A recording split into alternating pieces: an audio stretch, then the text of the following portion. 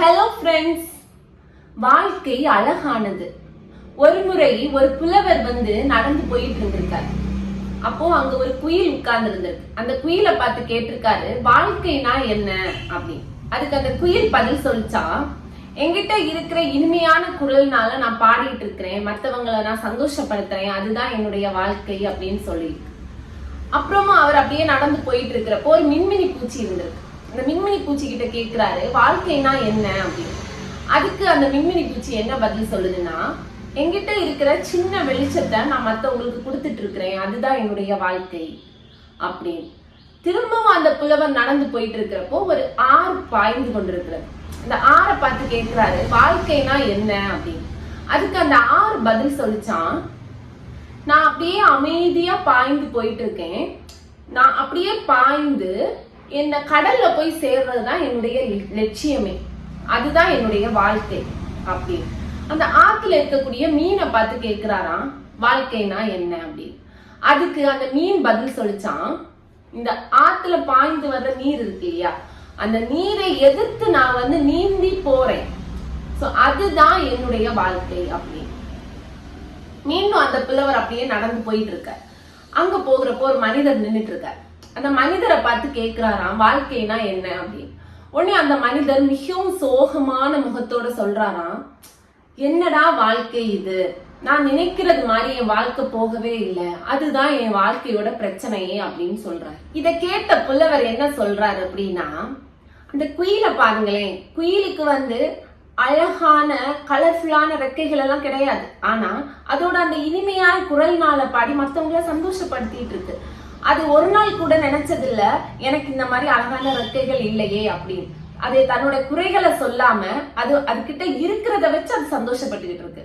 மின்மினி பூச்சி தரக்கூடிய வெளிச்சம் யாருக்குமே யூஸ் ஆக போறது இல்ல, ஒரு சின்ன வெளிச்சம் தான், ஆனா அது மத்தவங்களுக்கு கொடுக்கறனே அப்படின்னு அது சந்தோஷப்படுது. ஆனா மனுஷங்களை பாருங்களேன், அவனும் சந்தோஷப்படுறது கிடையாது, பக்கத்துல இருக்கிறவங்களையும் சந்தோஷப்பட வைக்கிறது கிடையாது. இப்போ லைஃப் ரொம்ப ஷார்ட், ஓகேவா?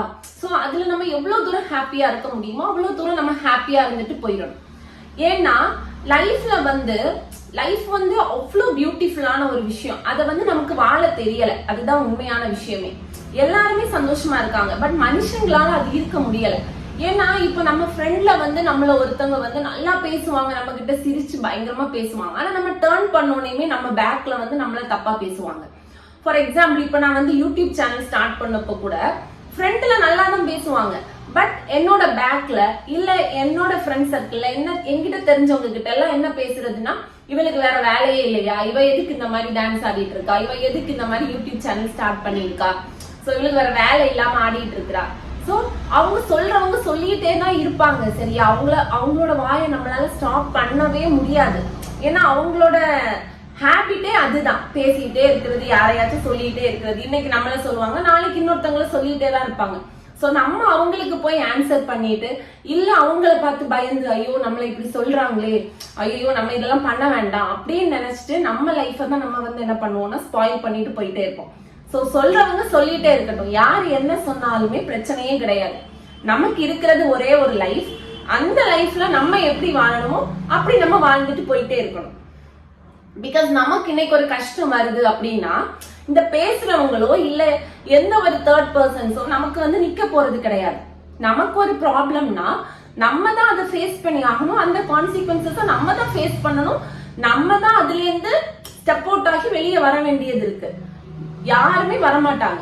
சோ நம்ம என்ன பண்ணணும்னா, நம்மளோட லைஃப்ல நம்ம என்ன பண்ணணும், நமக்கு எது ஹாப்பினஸ் கொடுக்குது, நம்ம ஹார்ட் நம்மளுக்கு என்ன சொல்லுதோ அதை நம்ம செய்யணும். But at the same time நம்ம செய்யறது மத்தவங்களுக்கு ஹர்ட்டிங்காவும் இருக்கக்கூடாது, அடுத்தவங்களை ஹார்ம் பண்ணவும் கூடாது. அடுத்தவங்களுக்கு எந்த பாதிப்பும் வராதபடி நம்ம செய்யறோம்னா நம்ம செஞ்சுட்டு போகலாம், எந்த ப்ராப்ளமுமே கிடையாது. So life very short. So அதுல நமக்கு பிடிச்சது மாதிரி நம்ம வாழ்ந்துட்டு போயிட்டே இருக்கணும். அண்ட் நெக்ஸ்ட் என்னன்னா, நம்ம கிட்ட என்ன இருக்குதோ அதை மத்தவங்களுக்கு கொடுத்து போறது. நம்ம கேட்டாவே எதுவுமே இல்லை அப்படி சொல்றதை விட்டுட்டு, நம்மளால எவ்வளவு தூரம் இன்னொருத்தவங்களை நமக்கு அன்பு செய்ய முடியுமோ அவ்வளவு தூரம் அன்பு செய்யலாம். நம்ம கிட்ட இருக்கிறத இன்னொருத்தவங்களுக்கு ஷேர் பண்றது, இன்னொருத்தங்க கஷ்டத்துல இருக்கிறப்ப கை கொடுத்து உதவுறது, அவங்கள ஒரு ஸ்டெப் தூக்கி விடுறது. சோ இந்த மாதிரி வேலைகளை செய்யறப்பவே நம்ம வந்து என்ன பண்ணுவோம், ஆட்டோமேட்டிக்கா பீஸ்ஃபுல்லாவும் இல்ல ஹாப்பியா இருப்போம். பிளஸ் நம்ம ஹெல்ப் பண்றவங்க கிட்ட இருந்தும் நமக்கு ஒரு சின்ன பிளெஸிங்ஸ் கிடைக்கும். சோ எனிவே என்னன்னா நம்ம வந்து ரொம்ப பீஸ்ஃபுல்லா ஹாப்பியா இந்த லைஃப்ல இருக்க முடியும். Because life is very beautiful.